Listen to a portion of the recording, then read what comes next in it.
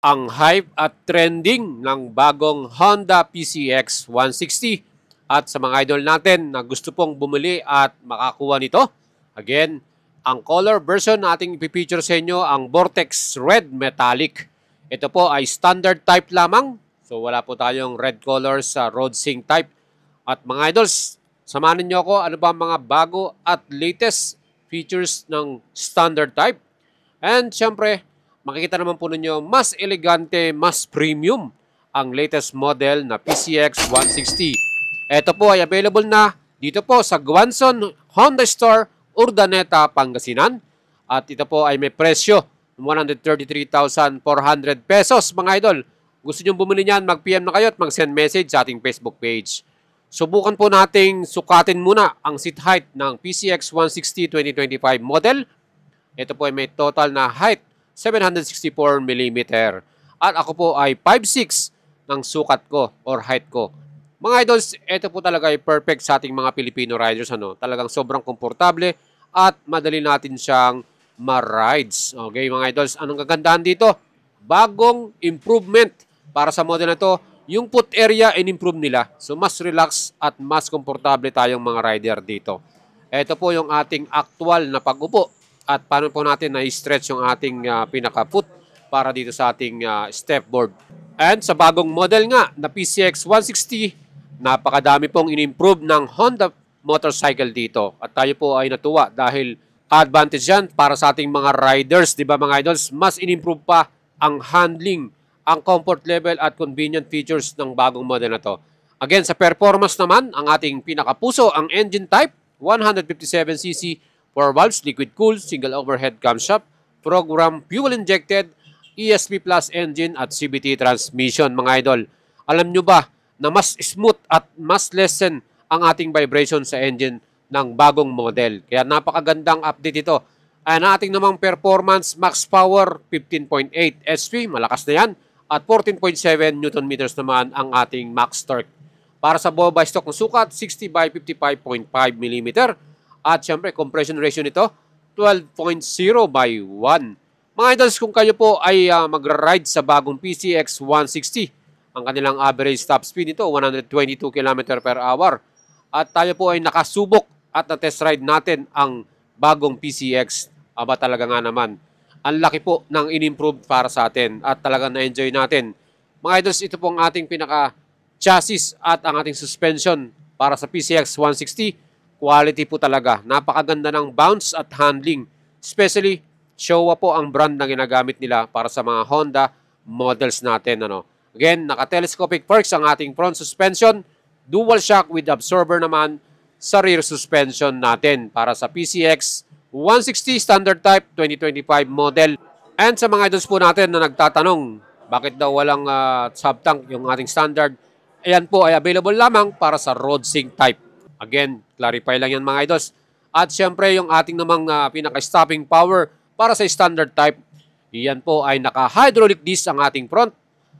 Round disc at yan po ay may 2-piston Nissin caliper, Japanese brand, di ba? Quality. At ang ating pinaka-braking system dito, meron tong combined braking system kung saan may certain force na yan, harap at likod, nagsasabay na ang ating pinaka-brake dito. Less para sa ating namang likuran, hydraulic disc, 1-piston caliper, Nissin pa rin yan, at CBS equip ito or combined braking system. Para sa akin mga idols, quality na yan ang ating stopping power para sa ating PCX standard type. At kung kayo naman po ay nahilig lamang mag-ride sa inyong city or sa inyong lugar, perfect na to. Even kahit long rides, talagang panalo na yan.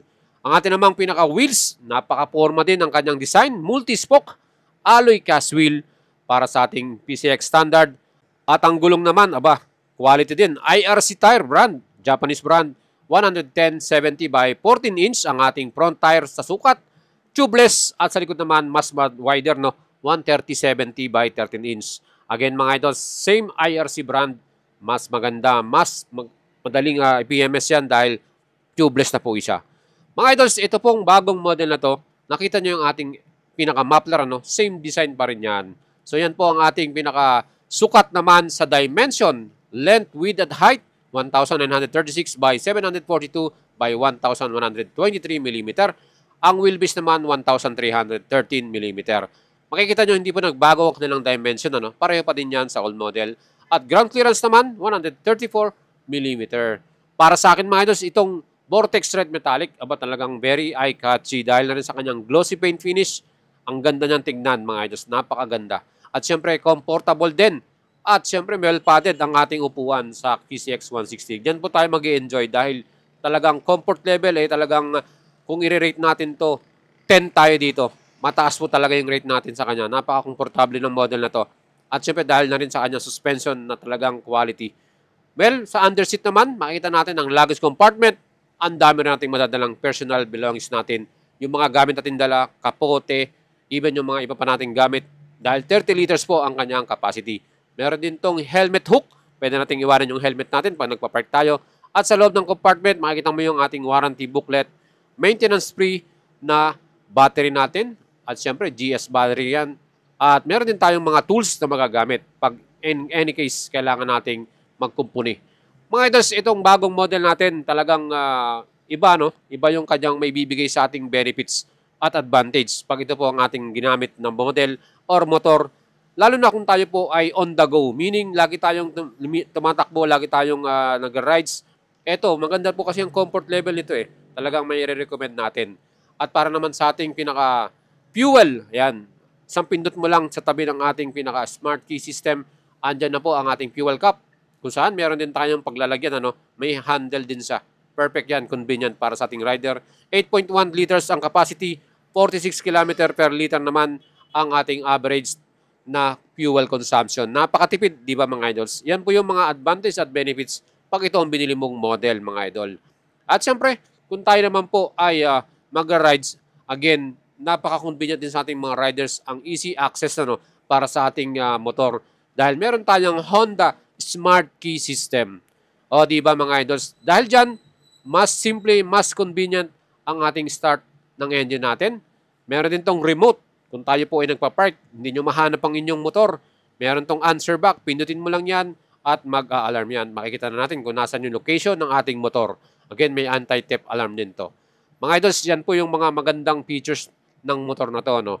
At meron din tayong pinakabulsa sa left side. Nandyan po ang ating USB charger, bagong-bago. Type-C na siya. So, again mga idols, yung ating pinaka-cellphone, pwede na natin i-charge, iwanan natin sa loob dahil meron siyang cover, secured, at hindi na magkakaroon ng problema yung pag-charge natin.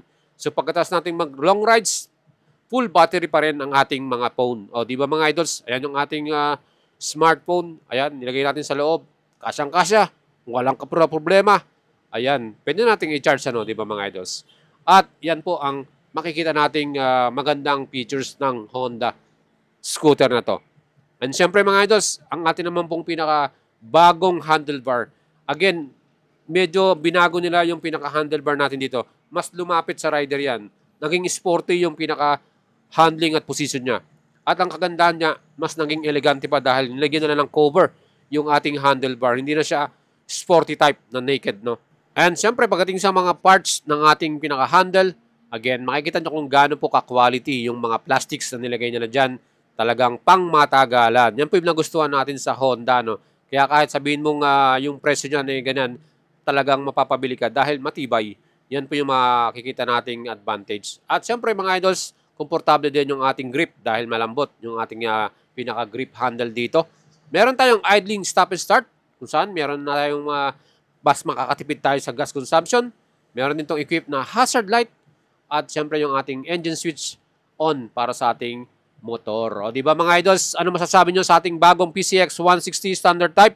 Leave your comment. Magbigay po kayo ng komento.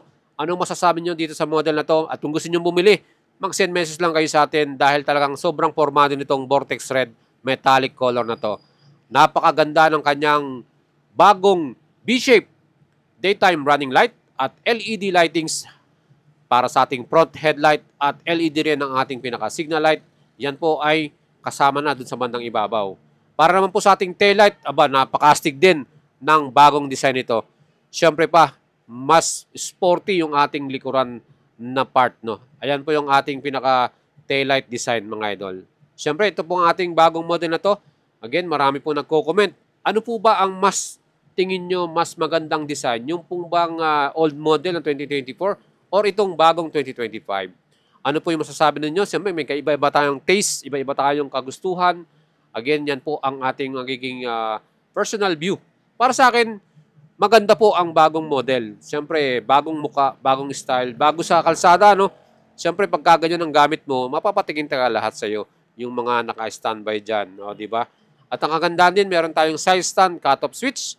So, mamamatay yung ating engine once na sina-stand mo yan. Another safety features, binago rin nila yung design ng ating windscreen, ano? Ayan. So, yan po yung mga mapapansin nyo kagad dito sa ating latest model na Honda PCX 160. Kung standard type po ang gusto ninyo, again, meron tayong tatlong kulay. Itong Vortex Red Metallic, Matte, Bullet Silver, at Pearl Padeless White. And ang standard type natin ay naka-LCD display lamang yan. Mga inos, hindi po siya naka-TFT display. Pang road sync lang yon. Kung gusto nyo bumili, send message lang kayo sa ating page.